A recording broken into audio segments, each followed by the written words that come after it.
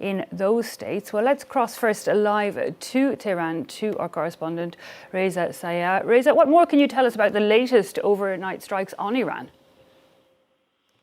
Yeah, we continue to see the brutality of this conflict, which is now in its 37th day. Overnight, early this morning, more U.S. and Israeli airstrikes targeting residential areas, universities, and energy hubs. This morning, state media reporting that U.S. and Israeli airstrikes hit a residential neighborhood in the Baharistan region. This is a region in southern Tehran near the international airport.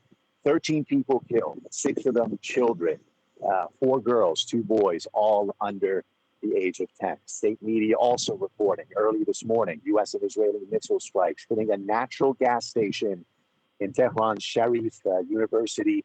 Of course, Iran's universities have been hit repeatedly during this conflict.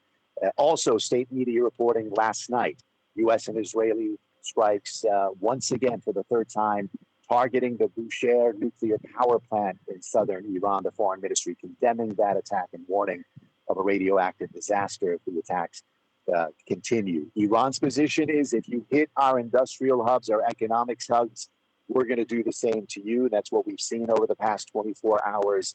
Iran stepping up its missile and drone strikes, targeting industrial and economic hubs in Israel, in Gulf states. Also, state media reporting that Iranian missile and drone strikes targeting a ship off the coast of Emirates. That ship reportedly linked to Israel.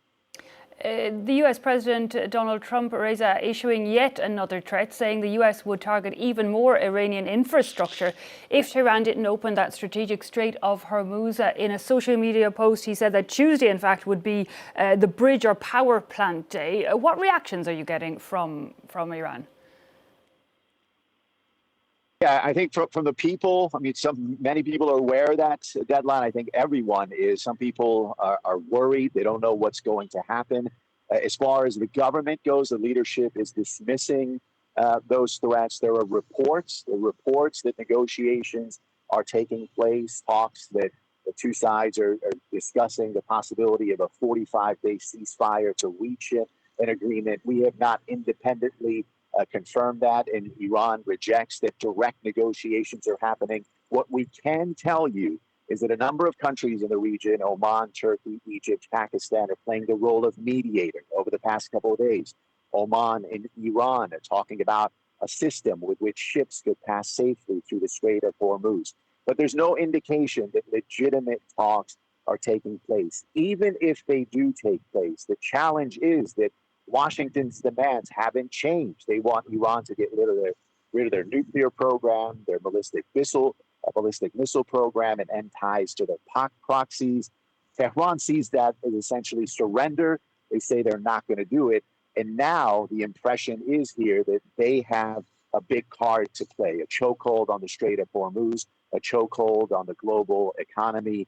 And they say moving forward, they're going to use that as leverage to end the threats and the attacks that they've faced for more than 4 decades.